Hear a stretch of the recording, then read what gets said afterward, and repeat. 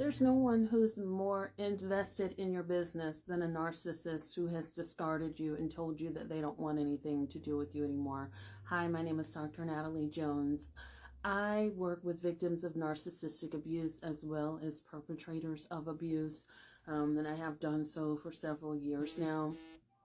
And one common phenomenon that I've noticed a lot with people that are narcissistic, have narcissistic personality disorder, antisocial personality disorder, or even borderline personality disorder, is that when they discard you, they often become very, very obsessed with you, to the point where they start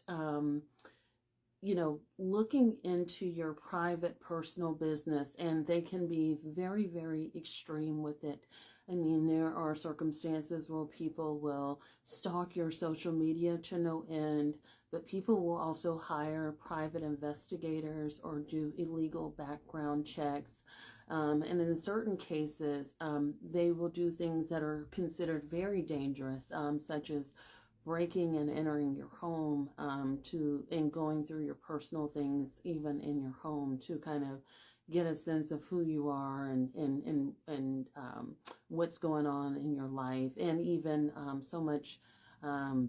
even also investigating the people that they see around you, or they see the people interacting with you, reaching out to them inappropriately and having other people sort of help them with their tactics.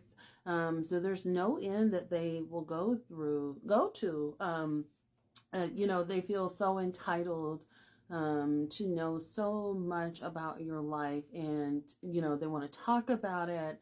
There's never enough, even if they're not in your life anymore, and especially if they're not in your life anymore. This could be family, this could be romantic partners, this could be friendships, and things like that. And I mean, they may even start to frequent the stores where you shop, or go out of their way to go to the gym that you work out at, just to see if they can catch a glimpse of your life. And it's not uncommon, or it's not unheard of for them to, try to find out where you live and stake out your house and things like that.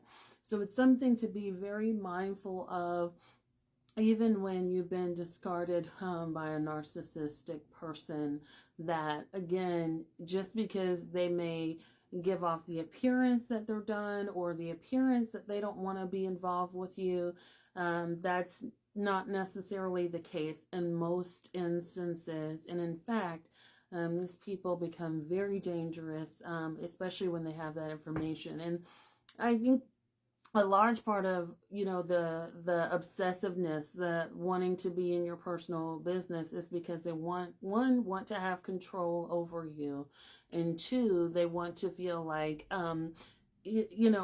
they can have something to use against you at any time. And so they'll violate all types of boundaries, all types of laws, and try to, get people to help them with that, because they always want to have the upper hand at all times. It's something that I had to be very, very mindful of. When I worked in the prison system, I mean, it would never cease to amaze me how much prisoners, the lengths that they would go to, because they became so curious about their therapist, and there's no limits, no boundaries. They would recruit family members and things like that. For men, they usually recruited moms and sisters to kind of help them investigate, and they normally would do that.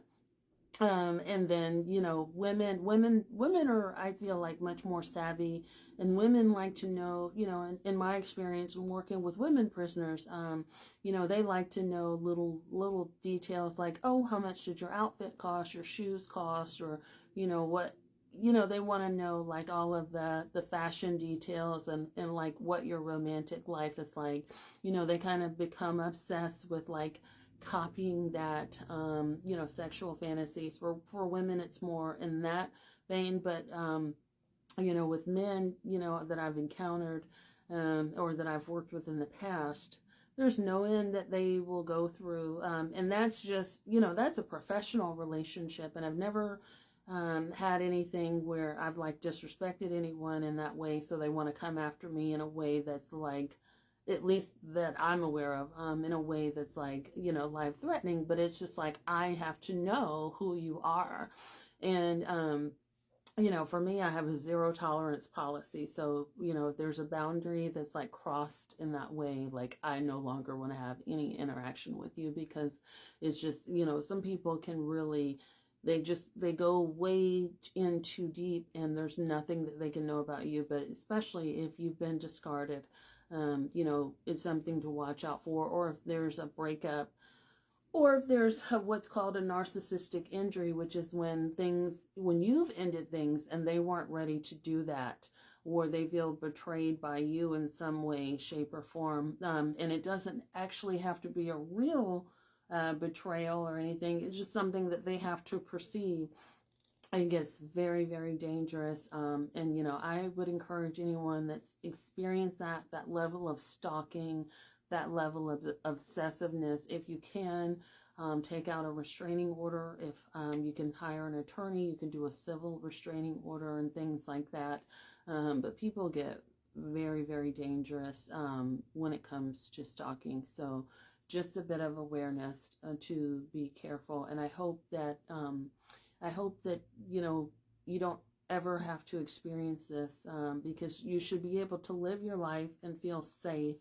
But it happens all the time, and a lot of times we're unaware until it's too late. I mean, it could be a coworker, and you sort of, you may not even really know a person, but just, people become obsessed, and it can be very dangerous, in the level of which they access your information. And I think a good example of like this would be this movie. It's an old movie, but it's a good one, with Brooke Shields and Richard Thomas, called Stalking Laura. That's a good example of just how extreme things can get, and it's based on a true story. So always be mindful of that. Safeguard your information as much as you can, but most people, if they really, really want it and they're willing to pay, and go to an extreme, a lot of times they can get it.